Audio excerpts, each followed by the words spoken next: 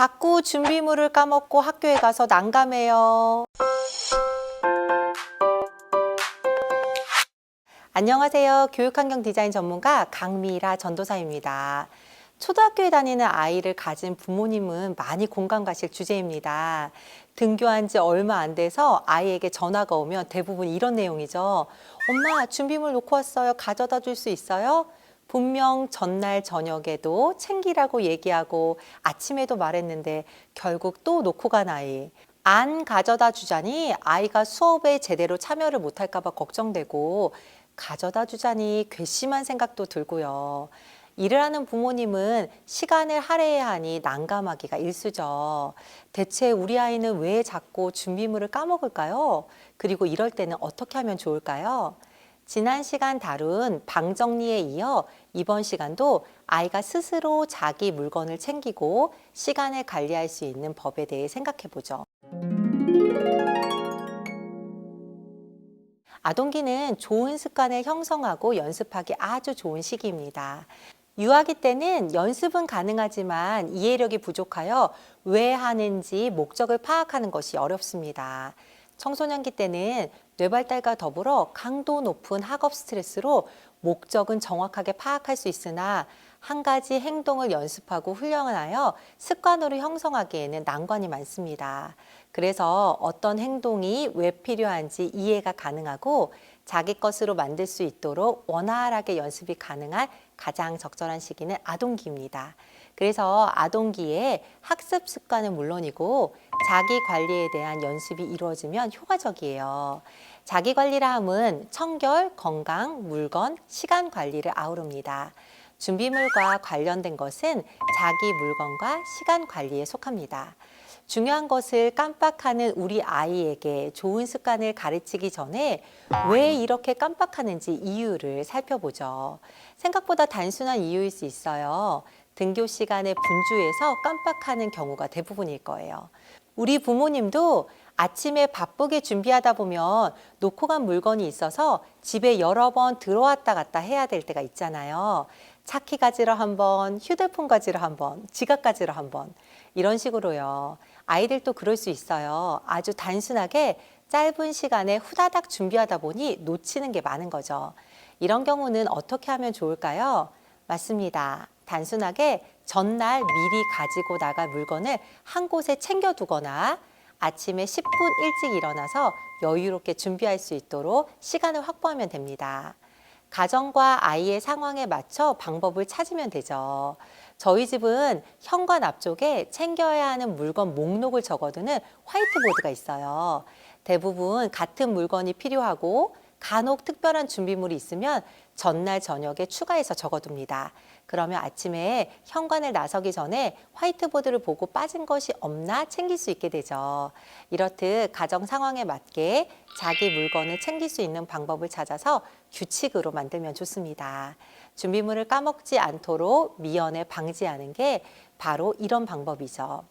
어떤 경우는 아이가 성향적으로 부주의할 때가 있습니다. 아이의 준비물이 무엇인지 파악하지 못했다던가 적긴 했으나 부모님에게 전달하는 것을 잊었다거나 학교 갈 시간이 다 되어 다급하게 말하거나 혹은 학교에 간 후에 생각이 나서 부모님에게 도움을 요청하는 경우죠. 이런 아이들은 평소에 어떤지 유심히 살펴보시길 바랍니다. 자기 물건을 잃어버리는 경우가 잦을 거예요. 특히 우산 같은 물건이요. 비가 오지 않으면 우산 생각이 나지 않거든요. 만약 여러분의 자녀가 부주의한 성향이 있고 아이가 오늘도 학교에서 준비물을 못 챙겼다며 도움을 요청한다면 여러분 어떻게 하실 건가요? 시간적 여유가 있으면 도와주시되 반드시 아이와 진지하게 이야기를 나눠야 합니다. 먼저 물건에 대한 이야기입니다.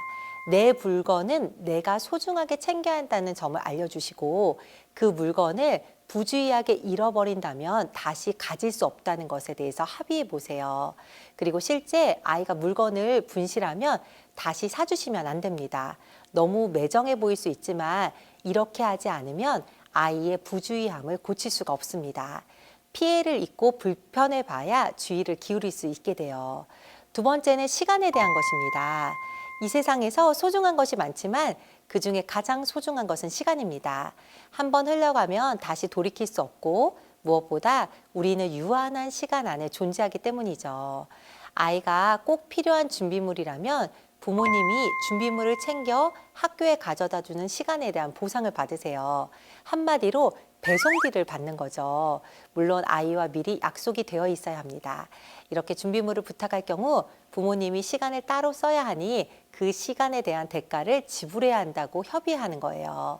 그리고 아이의 용돈에서 제대로 받으세요. 이것도 아이의 부주의함을 고치기 위한 방법입니다.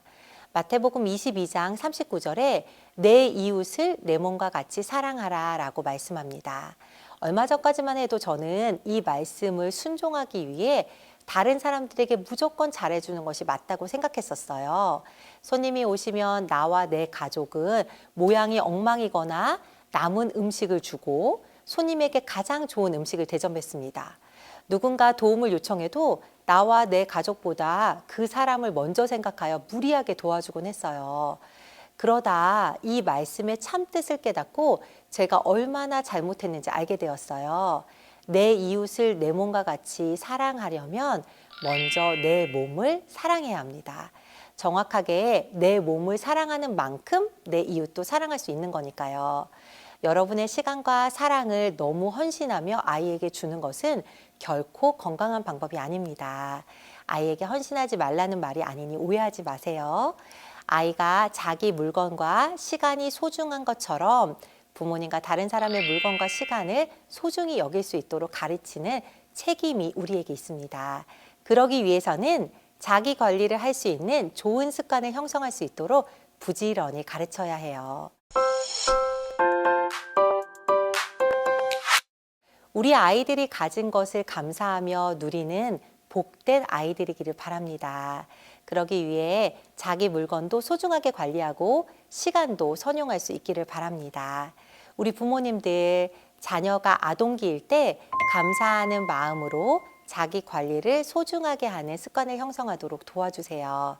다음 시간에는 공부하려면 몸을 비비꼬며 한나절 걸리는 우리 아이 어떻게 해야 할까요? 라는 주제로 이야기 나눠볼게요. 그럼 모두 샬롬 하세요.